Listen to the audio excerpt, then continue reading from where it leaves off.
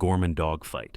In October 1948, over the quiet city of Fargo, North Dakota, a young Air National Guard pilot named George F. Gorman engaged in what would later be described as one of the most surreal dogfights in American aviation history. The skies were clear, visibility excellent, and Gorman was flying solo in his P-51 Mustang during a routine evening training flight. But what began as a standard patrol would soon become a classified incident involving a mysterious glowing object that defied the known laws of flight. For 27 minutes, the pilot found himself locked in a high-speed aerial chase, not with another aircraft, but with something that should not have been there at all. The encounter began at approximately 9 p.m., when Gorman spotted a white light moving rapidly in the airspace around him. He radioed the Fargo control tower to confirm the object's identity, assuming it to be a civilian aircraft. But ground control confirmed that no other aircraft were registered in that airspace, except for a Piper Cub he had already visual contact with.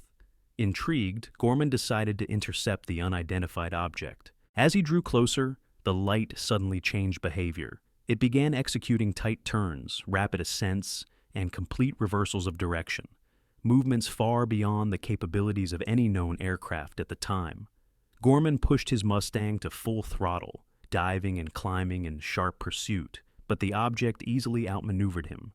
He described it as a ball of light, about 6 to 8 inches in diameter, emitting no sound, no exhaust, and showing no structural body. It moved with intelligence, reacting to his maneuvers in real time, at one point charging directly at his aircraft before veering off at the last moment. Ground observers from the control tower and the crew of the Piper Cub confirmed visual contact with the same object. The control tower also noted the strange object appearing on radar, though inconsistently, as if it was flickering in and out of detection. Gorman later reported that every attempt to match its speed and trajectory was futile. The object demonstrated acceleration and deceleration, unlike anything within human engineering. Even more baffling, after nearly half an hour of pursuit, it simply disappeared into the night sky. Following the incident, Gorman submitted a formal report to the Air Force. Within hours, military investigators arrived and began questioning all witnesses. His aircraft was examined for radiation exposure. The Air Force eventually classified the event as unexplained, though internal memos suggested discomfort with the term. In later years, the event was cataloged by Project Blue Book, the Air Force's secret UFO investigation program, as one of its most credible and disturbing early cases. Yet even within those files, crucial details were redacted, including full radar records and post-flight analyses. The official explanation released to the public dismissed the object as a possible weather balloon, or an optical illusion caused by temperature inversion. Despite contradictory testimony from trained military personnel and experienced air traffic controllers, Gorman himself rejected these explanations, insisting until his death that what he encountered was under intelligent control and beyond the technological capabilities of any known force in 1948. The question that has haunted aviation circles for decades remains unanswered. If what Gorman faced was not a machine of human design, then what kind of intelligence was testing our pilots in the skies that night? The Mantell Incident. On January 7, 1948, just 4 months after the Gorman encounter, a far more tragic event unfolded in the skies above Kentucky. Captain Thomas F. Mantell, a decorated World War II pilot and member of the Kentucky Air National Guard, lost his life while pursuing what was officially labeled an unidentified flying object. The incident occurred in broad daylight and was witnessed by hundreds on the ground, recorded by multiple military installations, and triggered an emergency response from the United States Air Force. What started as a high-speed chase in the upper atmosphere ended in catastrophe, and in a cloud of unanswered questions that still linger today. That afternoon, Fort Knox and Godman Army Airfield began receiving urgent reports of a strange metallic object hovering in the skies near the base, described by observers as enormous, silver, and glowing. The object appeared stationary at high altitude, yet too defined to be mistaken for a star or weather balloon. It was spotted over Maysville, Owensboro, and Elizabethtown, moving slowly against the wind. Personnel at Godman Field visually confirmed the object hovering at about 20,000 feet. Mantell, flying a P-51 Mustang with 3 other pilots, was redirected toward the object while returning from a training mission. As they approached, 2 of the pilots broke off due to low oxygen and fuel levels. Mantell, however, continued the pursuit alone, climbing higher and higher in search of the object that seemed to retreat as he approached. At 3:15 p.m., his last transmission was received. He stated, "It appears metallic and is tremendous in size. I'm trying to get closer." Minutes later, radio contact was lost. Mantell's Mustang was later found wrecked on a farm near Franklin, Kentucky. His body was still strapped into the seat. There were no signs of collision, enemy engagement, or structural failure. The plane had simply spiraled out of the sky, as if his systems had failed mid-flight, or he had passed out from hypoxia. But the cause of that climb, and what he saw up there, remained subject to growing speculation. The incident caused panic in military and public circles. Newspapers ran front-page stories calling it a sky chase with death, and many speculated that Mantell had died confronting something beyond our world. The Air Force quickly stepped in with an official explanation. Mantell had mistaken a skyhook weather balloon for a UFO, chased it too high, and blacked out from lack of oxygen. However, this theory had immediate problems. At the time of the incident, skyhook balloon locations were classified, and no records indicated one was near the area. More importantly, skyhook balloons were not known to reflect light in a way that would make them tremendous in size or metallic at altitude. Compounding the mystery, radio operators at Godman Field insisted the object was visible for over an hour, maintaining position, changing altitude, then vanishing rapidly. Witnesses at the crash site described strange radiation readings near the wreckage, though these were never confirmed in official reports. Photographs taken by civilians were reportedly confiscated by military personnel shortly after the event, and some members of the radar team were reassigned within weeks. The Mantell Incident would become the first widely publicized military UFO encounter to result in a pilot's death. It catalyzed the formation of Project Sign, the forerunner to Project Blue Book, and marked a shift in how seriously the government began treating such encounters. Yet decades later, declassified documents offer no consistent explanation, and discrepancies between eyewitness accounts and military statements remain stark. If Captain Mantell died chasing a weather balloon, then why were so many details of the incident sealed, altered, or erased from record? The Tehran Encounter. In the early hours of September 19, 1976, residents across Tehran, Iran, were roused from sleep by a dazzling light hanging motionless in the sky.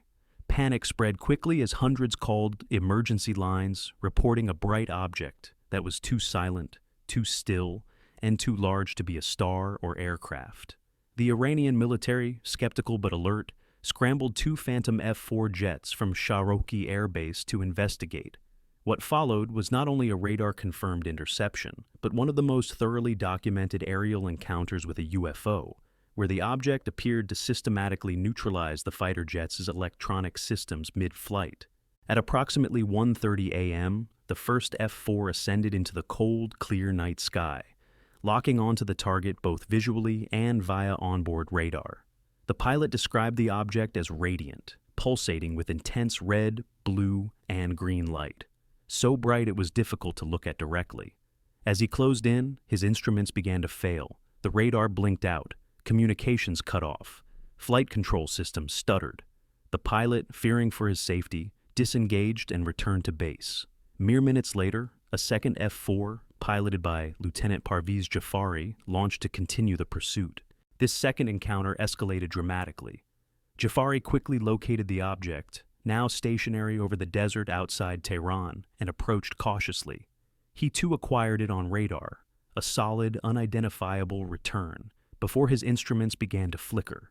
As he maneuvered closer, the UFO suddenly released a smaller, glowing object, which accelerated directly toward his aircraft. Interpreting it as a possible attack, Jafari attempted to fire an AIM-9 Sidewinder missile. At that moment, his weapons console went completely dead. Terrified, he broke off and began descending.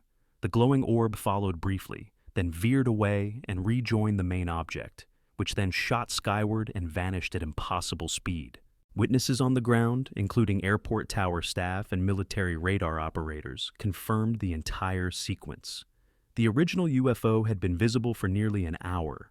Civilian aircraft in the vicinity also reported communications interference and electrical anomalies. The Iranian Air Force immediately compiled a full report, which, in an unusual twist, was shared with the U.S. Military Assistance Advisory Group in Tehran. What makes the Tehran encounter especially chilling is how thoroughly it was documented. The U.S. Defense Intelligence Agency, DIA, analyzed the incident and described it in a declassified 1976 cable as a case of high reliability involving an outstanding report with electromagnetic effects and equipment malfunction. The document further stated that the object was of an unknown origin and capabilities well beyond current technologies. Skeptics have suggested that the pilots were confused by Venus, or perhaps by celestial phenomena, but such explanations crumble under the weight of the multi-layered evidence: visual confirmation, radar tracking, instrument disruption, and corroborating ground observations, all consistent with the testimonies of trained military personnel. Despite the overwhelming data, the official stance from both Iranian and American defense bodies remains non-committal. No further investigation was made public. Photographic records taken during the incident were either lost or classified. For a time, Lieutenant Jafari's account was considered too politically sensitive to discuss openly. It wasn't until years later, when the pilot retired and gave interviews abroad, that the fuller story resurfaced. If a hostile foreign aircraft had caused electronic shutdowns in 2 fighter jets and evaded interception with impossible acceleration, it would have triggered international crisis alerts. But in this case, the threat came and went, and the world turned its eyes away. What kind of object disables the most advanced aircraft systems in mid-air and then disappears without a trace? The Japan Airlines encounter. On November 17, 1986, a seasoned Japan Airlines captain named Kenju Terauchi took off from Paris, bound for Tokyo, with a stopover in Anchorage, Alaska. At 5:11 p.m. local time, while flying over eastern Alaska at 35,000 feet, the crew of flight JL-1628 noticed something that would haunt their memories for years to come. A pair of glowing objects, rapidly approaching their Boeing 747 cargo jet. What began as a distant glimmer soon evolved into one of the most well-documented and perplexing UFO sightings ever recorded by a commercial flight crew. The objects were tracked by both airborne and ground radar, reported in real time, and investigated by multiple U.S. federal agencies. And yet, the full truth was never officially released. The encounter began with a strange set of lights directly ahead. Captain Terauchi, a former fighter pilot with over 10,000 hours of flight experience, initially assumed they were military aircraft. But, within seconds, the lights repositioned themselves with uncanny precision, not just near his jet, but flying alongside it in tight formation. He described the objects as being the size of large aircraft, yet without wings or fuselage. They emitted intense amber-colored light, pulsating like a heartbeat. The objects moved with coordinated intent, mirroring JL-1628's path, before suddenly shifting to the left and hovering for several minutes. Then, without warning, they vanished from sight. Moments later, however, something even more disturbing appeared. A massive, dark, walnut-shaped object. Terauchi estimated it to be several times larger than an aircraft carrier, hovering silently near his jet. Despite its enormous size, it made no sound, left no vapor trail, and seemed to blend into the night sky except when reflected against the moonlight. At this point, the crew radioed Anchorage Center, requesting assistance and rerouting. Controllers on the ground confirmed an unidentified target on radar, moving independently of JL-1628.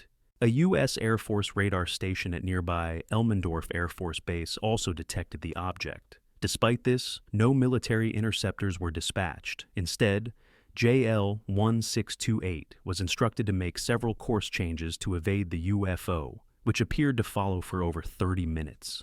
Eventually, the object disappeared from both visual sight and radar, and the flight landed safely in Anchorage.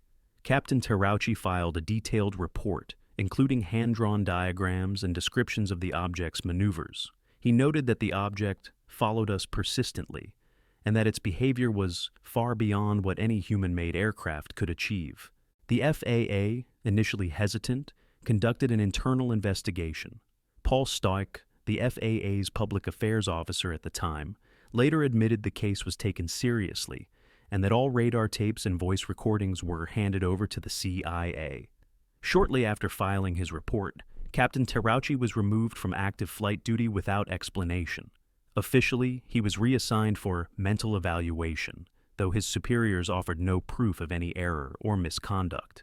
Despite pressure from journalists and UFO researchers, the FAA refused to release its full findings, and the radar data was never returned. Skeptics have claimed Terauchi saw Venus or misidentified a reflection on the cockpit glass, but that fails to explain the radar confirmations or why trained air traffic controllers reported an unknown target in real time. No known aircraft, military or civilian, could have maintained visual presence alongside a 747 at 500 miles per hour over restricted airspace without formal clearance or transponder signal. Even decades later, Captain Terauchi stood by his account, stating in interviews that what he saw was not from this planet. The case remains open in the archives of serious aviation anomalies and has been cited by multiple former FAA officials as the most credible civilian UFO encounter in American airspace. If it was simply a misidentification, why did military radar confirm it, and why was a decorated pilot silenced for telling the truth? The Rendlesham Radar Echo. In the final days of December 1980, amidst freezing winds and a tense Cold War atmosphere, one of the most inexplicable UFO encounters in NATO history unfolded near the twin bases of RAF Bentwaters and RAF Woodbridge in Suffolk, England.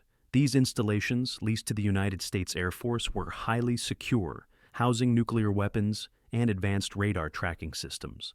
On December 27th, personnel on night duty at the radar station noticed an unusual object entering restricted airspace. What followed was a convergence of visual contact, radar anomalies, and documented base responses, all centered on an object that moved with terrifying precision, then disappeared without a trace. The object was first picked up on military radar just after 2 a.m. It appeared over the North Sea, traveling at several thousand miles per hour, then abruptly slowed to a hover just outside the base perimeter. Its altitude dropped from 60,000 feet to near ground level in under 10 seconds. This kind of maneuver was, and still is, impossible under known aerodynamic principles. The radar operator at RAF Bentwaters, trained to filter out glitches and false returns, later stated under oath that it was a solid target, not a ghost echo. Simultaneously, security personnel stationed outside RAF Woodbridge saw strange multicolored lights descending into the nearby Rendlesham forest. Thinking it might be a downed aircraft, a three-man patrol entered the woods. There, they reported seeing a metallic, triangular craft resting on 3 legs, emitting a soft blue glow. As they approached, it lifted silently into the air, weaving between trees with uncanny ease. Radio equipment malfunctioned. Time perception was reportedly distorted, and one of the airmen later described a static field enveloping the area. Back at the radar station, the echoes returned, the object now directly above the forest. Controllers attempted to coordinate with nearby air traffic services, but no civilian or military flights were recorded in the vicinity. A second object was then picked up on radar, smaller and moving erratically, which split into multiple signatures before fading completely. The radar crew initiated standard response protocols, but no aircraft were deployed. The situation was labeled internal security anomaly and classified. What makes the Rendlesham case unique is not just the radar data or the visual reports, but the level of documentation that followed. Deputy Base Commander Lieutenant Colonel Charles Holt personally led a team into the forest the following night. He recorded real-time audio as the group observed strange lights beaming down from above, moving silently through the trees. Radiation readings taken at the landing site showed levels significantly higher than background. A full memorandum, known as the Halt Memo, was sent to the Ministry of Defense, detailing the encounter. Though the memo leaked years later, the British government maintained that the event posed no defense threat. When radar tapes from the night in question were requested, officials claimed they had been accidentally erased. Personnel who had witnessed the events were debriefed and instructed not to speak to the press. Some were reassigned shortly after. The United States Air Force denied having any official files on the incident, despite multiple FOIA requests later proving the opposite. Critics have dismissed the event as a misinterpreted lighthouse beam or bright stars distorted by atmospheric conditions. But such dismissals fall apart under scrutiny. Radar does not track lighthouse beams, and seasoned military personnel, trained in aircraft identification and threat response, do not mistake stars for flying, triangular metal craft that disrupt electronics and vanish on command. If what hovered over Rendlesham Forest that night was not a threat, why did military radar track it, senior officers document it, and both the U.S. and British governments bury it? The USS Princeton Intercept. On November 14, 2004, off the coast of Southern California, a state-of-the-art Aegis-class cruiser, the USS Princeton, detected something that would soon challenge the very framework of modern military aviation. Operating as part of the USS Nimitz carrier strike group during training exercises, the Princeton's radar operators began picking up fast-moving aerial objects over the Pacific Ocean. These objects demonstrated flight capabilities that were, in the words of those who witnessed them, far beyond anything in the U.S. or foreign arsenal. Within days, the incident would evolve into one of the most well-documented UFO encounters ever observed by the U.S. Navy. The situation began when radar technicians noticed blips appearing at 80,000 feet, then dropping to sea level in less than a second. These objects hovered just above the ocean surface before shooting back up and vanishing. At first, the radar operators assumed it was a software glitch. The systems were recalibrated, but the objects kept returning, with exact signatures, same patterns, and impossible velocities. Concerned, the Princeton's commander requested that F/A 18 Super Hornets from the nearby USS Nimitz investigate. Two aircraft, piloted by Commander David Fravor and Lieutenant Commander Jim Slate, were directed toward the radar location approximately 100 miles southwest of San Diego. As they arrived at the coordinates, they observed an unusual disturbance on the ocean's surface. The water was churning, as if something massive was submerged below, but there were no ships or submarines in the area. Then they saw it. Hovering 50 feet above the ocean was a small, white, oblong object, smooth, featureless, and shaped like a tic-tac mint. It had no wings, no rotors, no exhaust, and made no sound. When Fravor attempted to intercept, the object reacted immediately, accelerating away and disappearing from view within seconds. It reappeared on radar dozens of miles away, in under a minute. Fravor, a veteran pilot with over 3,500 flight hours, later described it as not behaving by the normal laws of physics. The object demonstrated instantaneous acceleration, perfect control, and awareness of the fighter jet's presence. Another FA-18, launched shortly after, managed to capture infrared footage of a similar object using a FLIR targeting pod. This footage, which would eventually be declassified by the Pentagon in 2017, showed a featureless object, flying against strong headwinds with no visible means of propulsion. The object rotated mid-flight and then zipped off screen with stunning speed. No sonic boom, no afterburn, just silence and acceleration. What makes the Princeton incident uniquely disturbing is the multi-layered documentation. Radar data, pilot visual confirmation, and FLIR footage all correlate. The event was logged, debriefed, and submitted to the chain of command. The pilots were questioned by members of a covert intelligence group aboard the USS Nimitz. Then the data tapes, radar logs, FLIR raw footage, and communication recordings were allegedly confiscated by unknown officials and have not been recovered since. Years later, the Pentagon confirmed the event as part of its then-secret Advanced Aerospace Threat Identification Program, AATIP. Commander Fravor and his fellow pilots testified publicly and before Congress, maintaining that the object they encountered was under intelligent control and demonstrated technology not of this Earth. No official explanation has ever been offered. Skeptics suggest radar artifacts or misidentified drones, but no drone, in 2004 or even today, can match the instantaneous acceleration and air-to-sea transition behavior observed during this encounter. Moreover, these objects appeared for days, on multiple sensors across various ships. If the Tic Tac craft wasn't American and wasn't foreign, then who or what was demonstrating a level of aerial control that renders our best fighter jets powerless? The American 2292 report. On February 21, 2021, in the wide expanse of New Mexico's airspace, Flight 2292 of American Airlines was cruising at 36,000 feet en route from Cincinnati to Phoenix. It was an ordinary day, clear skies, stable conditions, until a sudden, unidentified object hurtled above the jet, moving at what the pilot later described as like a cruise missile. What made this event different from the thousands of false UFO sightings circulating online was not only the pilot's immediate report to air traffic control, but also the fact that the audio was leaked, confirmed, and later acknowledged by both American Airlines and the FAA. For a brief moment, the veil over unexplained aerial phenomena slipped, and behind it was something fast, unmarked, and still unaccounted for. The incident occurred at approximately 1:19 p.m. local time. The pilot radioed Albuquerque Center with an urgent inquiry. "Do you have any targets up here? We just had something go right over the top of us. I hate to say this, but it looked like a long cylindrical object that almost looked like a cruise missile, moving really fast, right over the top of us." The transmission was calm, but unmistakably serious. The pilot was experienced, having logged thousands of flight hours, and had no known history of exaggeration. Albuquerque Center responded that no objects were visible on radar in the vicinity. No military exercises had been announced. No commercial or private aircraft were cleared in that corridor.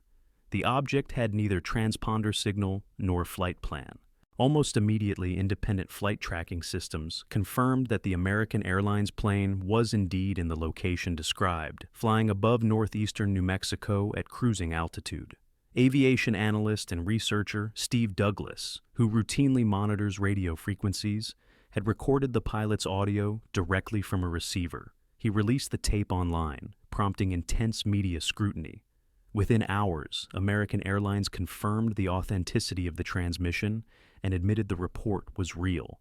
What followed, however, was a deafening silence. The Federal Aviation Administration issued a statement saying it had no knowledge of any aircraft in the area. The Department of Defense offered no comment. The FBI declined to investigate. No missiles, weather balloons, or drones were reported lost or launched. The region, known for its sparse population and military testing sites, was not hosting any official activity that day. Furthermore, commercial pilots are specifically trained to identify high-speed objects, like military jets or rockets. What this pilot reported didn't match the behavior, appearance, or flight signature of any known aerial vehicle. Adding to the intrigue, this incident took place in roughly the same airspace as the 2004 USS Princeton encounter, and not far from the White Sands Missile Range, a facility historically connected to classified weapons testing. Yet no trajectory, launch trail, or sonic boom was detected. Whatever passed over Flight 292 did so in silence and at extreme speed. Skeptics were quick to speculate, perhaps a drone, or even an unannounced missile test gone off course. But the FAA, in its rare moments of transparency, insisted there was nothing on radar and no authorized flights or tests. And since the object left no heat trail or contrail, the possibility of a missile was unlikely without widespread ground detection. Why did no agency step forward to investigate what could easily have been a near collision with a high-speed unidentified object? If it truly posed no threat, why did American Airlines' internal report vanish from public access days later, with employees reportedly warned not to comment further? What kind of craft can fly undetected through restricted skies at high velocity with no identifying features and disappear without triggering a single alarm? The Chilean Navy FLIR video. On November 11, 2014, a Chilean Navy helicopter equipped with a state-of-the-art infrared camera recorded something that remains officially unexplained to this day. The aircraft, a twin-engine Airbus Cougar AS-532, was flying a routine daytime patrol along the Pacific coast west of Santiago. At 4,500 feet altitude, under calm skies, the crew spotted a strange object, flying parallel to their position. For over 9 minutes, the helicopter's FLIR, forward-looking infrared, camera tracked the object, capturing high-resolution thermal footage that would later baffle aerospace analysts, military officials, and independent scientists alike. The helicopter's crew consisted of a highly experienced Navy captain and a technician operating the Westcam MX-15 infrared camera system. Both men were trained in identifying civilian and military aircraft and were well versed in regional air traffic activity. Yet what they observed that day was unlike anything in their flight logs. The object moved at a consistent velocity, maintained altitude, and showed no visible wings, tail, or propulsion system. It emitted intense heat, as seen through the FLIR system, yet remained visually invisible to the naked eye. The footage shows a dark, oval-shaped object moving steadily across the sky.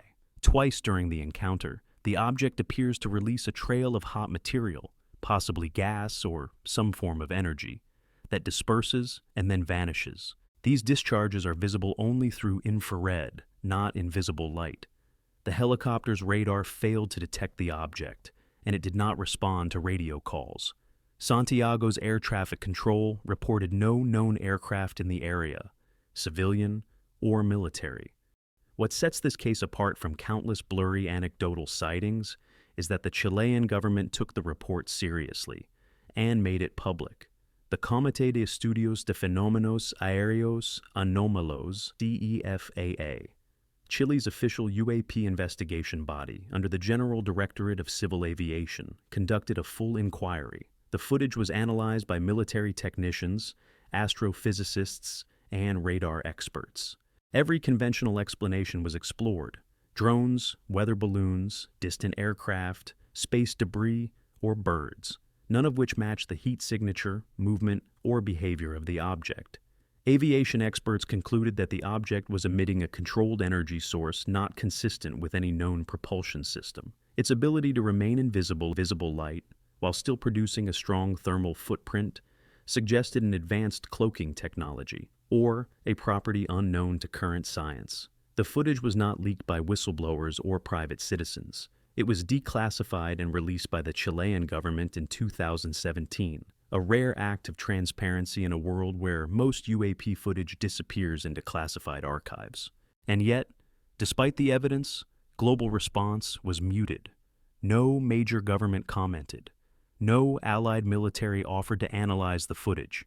Media coverage remained minimal outside UAP research communities. CEFAA stated publicly that the object remains unidentified. Some skeptics attempted to dismiss the object as a distant airliner reflecting sunlight.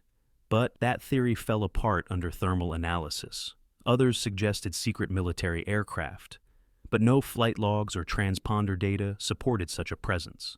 The object's maneuverability, heat discharge, and radar invisibility placed it firmly outside the realm of any known drone or surveillance platform. If the Chilean Navy captured 9 minutes of undeniable footage showing an unregistered, heat-emitting, invisible object discharging energy over open airspace, why did the world look away?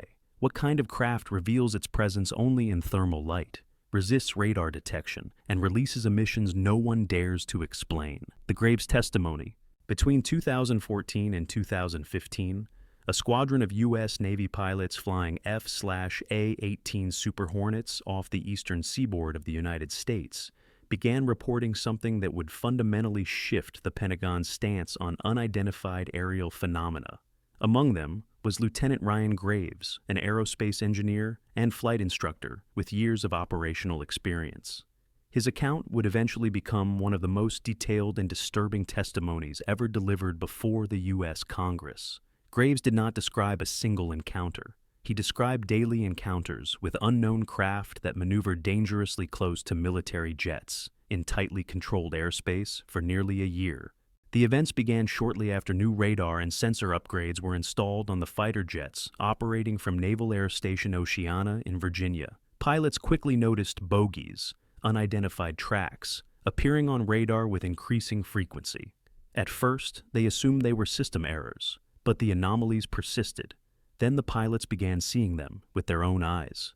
Graves and his squadron reported objects that hovered at 30,000 feet, remained stationary in high winds, then accelerated to hypersonic speeds, without visible means of propulsion or flight control surfaces.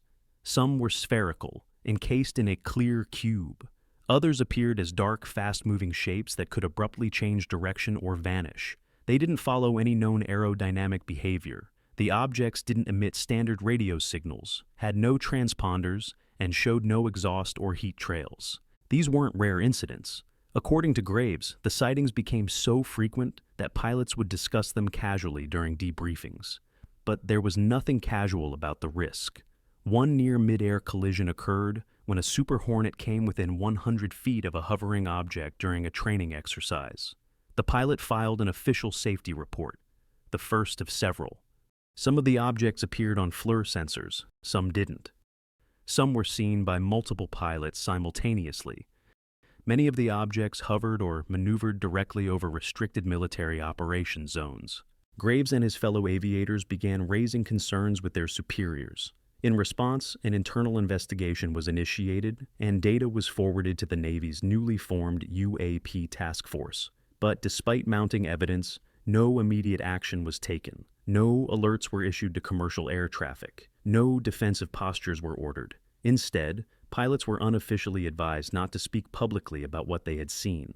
It wasn't until 2019, 4 years later, that Graves went public with his account in interviews and formal testimony. He described in chilling detail how unknown aerial vehicles operated with impunity in sensitive airspace, sometimes tailing fighter jets during active missions. He appeared before Congress during the 2022 UAP hearings, delivering calm, technical, unemotional testimony. He presented flight logs, radar tracks, and eyewitness statements. Most disturbing of all, he stated, "These objects were seen almost every day for at least a year." When asked if the government knew what they were, Graves simply said, "If they do, it's not being shared with the pilots whose lives are at risk." Skeptics claimed the objects were drones or radar artifacts, but no drone known to the U.S. military could hover at high altitude, vanish from radar, or perform right-angle maneuvers at Mach speeds. And if they were foreign surveillance craft, why was there no public or classified confrontation? Why were they allowed to shadow military jets during live-fire training? If multiple Navy pilots witnessed unknown aircraft over U.S. territory daily, why was nothing done? And if these craft were not human-made, who or what was testing the edge of our airspace with such audacity and control? The Valentich Disappearance. On the evening of October 21st, 1978, 20-year-old Australian pilot Frederick Valentich took off from Moorabbin Airport near Melbourne in a rented Cessna 182L aircraft. His destination was King Island, a remote stretch of land south of the Australian mainland. The flight was expected to take just over an hour. Weather conditions were calm, his aircraft was cleared, and Valentich was considered a competent, if still young, aviator with over 150 flight hours. What happened over the Bass Strait that night would become one of the most chilling unsolved aviation cases ever recorded, and one of the few UFO encounters where the final words of the pilot were captured in real time. At 7:06 p.m., while flying at an altitude of 4,500 feet, Valentich contacted Melbourne Flight Service. His voice was calm, but his message was unexpected. "Is there any known traffic below 5,000? The controller replied no. Valentich responded, seems to be a large aircraft below 5,000. For the next 6 minutes, Valentich provided a live description of the strange object. He stated it was approaching from the east, had a long shape, a metallic surface, and 4 bright lights. At one point he added, "It seems to be playing some sort of game. He's flying over me 2-3 times at speeds I cannot identify." As the minutes passed, his tone shifted from curious to unnerved. He reported engine interference and said, "It's not an aircraft, it is hovering, and it's not an aircraft." Then 17 seconds of loud metallic scraping noises filled the radio channel, and the transmission cut out completely. Valentich never responded again. An extensive air and sea search was launched immediately. No wreckage, oil slick, or body was ever found. The Cessna vanished entirely. The official investigation by the Australian Department of Transport yielded no definitive conclusion. The final report simply stated, "Cause of disappearance unknown," What made this case so disturbing was the recorded audio. A pilot clearly encountering something he could not comprehend, escalating in confusion and fear, then going silent in the middle of a mechanical noise that has never been identified. The transcript was leaked to the public months later, sparking a media frenzy and worldwide speculation. Valentich's family, particularly his father, insisted he had long believed in the existence of UFOs and may have been targeted. Skeptics proposed that he became disoriented and flew upside down, mistaking reflections for lights, eventually crashing into the sea. But this theory failed to explain the radio transmission. How could he calmly describe a craft hovering above him while inverted? In 2012, nearly 35 years later, previously classified documents from the Australian Department of Defence were released under Freedom of Information. These included dozens of other UFO reports made that same week, including sightings of a fast-moving green light in the same region, seen by multiple ground witnesses just minutes after Valentich disappeared. Still, no official cause was ever determined. No body was ever recovered. No wreckage ever surfaced. A young pilot, speaking directly to air traffic control, describing a physical object in the sky, then vanishing entirely, as though swallowed by something beyond our understanding.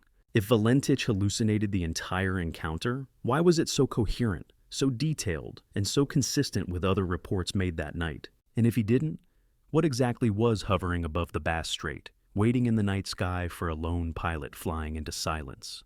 Conclusion. Across the last several decades, these encounters form a pattern far more troubling than isolated anomalies. They are not random. They are not singular events. Each case, whether it occurred in the quiet night skies over North Dakota, the restricted airspace off San Diego's coast, or the thermal shadow lines above Chile, reveals a systematic breakdown of how we understand airspace, security, and control. These incidents do not belong to the realm of folklore or conspiracy. They belong to official transcripts, black box recordings, declassified documents, and direct congressional testimony. And yet, the silence surrounding them remains deafening. What unites these events is not just the technology involved, the hypersonic speeds, the impossible maneuvers, the radar invisibility, but the institutional reaction. In almost every case, the footage was seized. The radar logs disappeared, the witnesses were silenced, transferred, or told to forget what they saw. When radar operators track objects dropping 80,000 feet in seconds, when pilots report daily encounters with unknown craft, when objects emit thermal trails invisible to the naked eye, and the result is always erasure, that is not negligence, that is orchestration. The systems that protect our skies, military command, intelligence agencies, civil aviation regulators, have not only failed to address these incursions, but have systematically denied, redirected, or buried them. Radar logs have been wiped, voice recordings sealed, testimonies ignored unless delivered under threat of subpoena, whether this is to avoid panic, preserve national superiority, or protect unknown research. The consequence is the same. Truth is sacrificed, and the unknown is allowed to fly free. And in that suppression, we lose more than answers. We lose potential. What if some of these craft are evidence of physics beyond our understanding? What if propulsion without heat and gravity-defying acceleration could unlock a new age of travel, of medicine, of energy itself? What if the thing hovering silently over Rendlesham Forest was not a threat, but a messenger? Each buried radar report, each pilot reassigned, each video redacted is a piece of humanity's future discarded. We are not merely hiding secrets from each other. We are allowing fear, politics, and control to smother the pursuit of knowledge itself. And the pattern continues. Today, reports still emerge, more frequent, more documented, and more brazen. Whistleblowers are stepping forward. Congress is holding hearings. But every revelation seems to arrive with a curtain still drawn. Another blank in the record. Another file marked missing. Because maybe the most dangerous question isn't, what are these things? But rather, why are we still not allowed to know?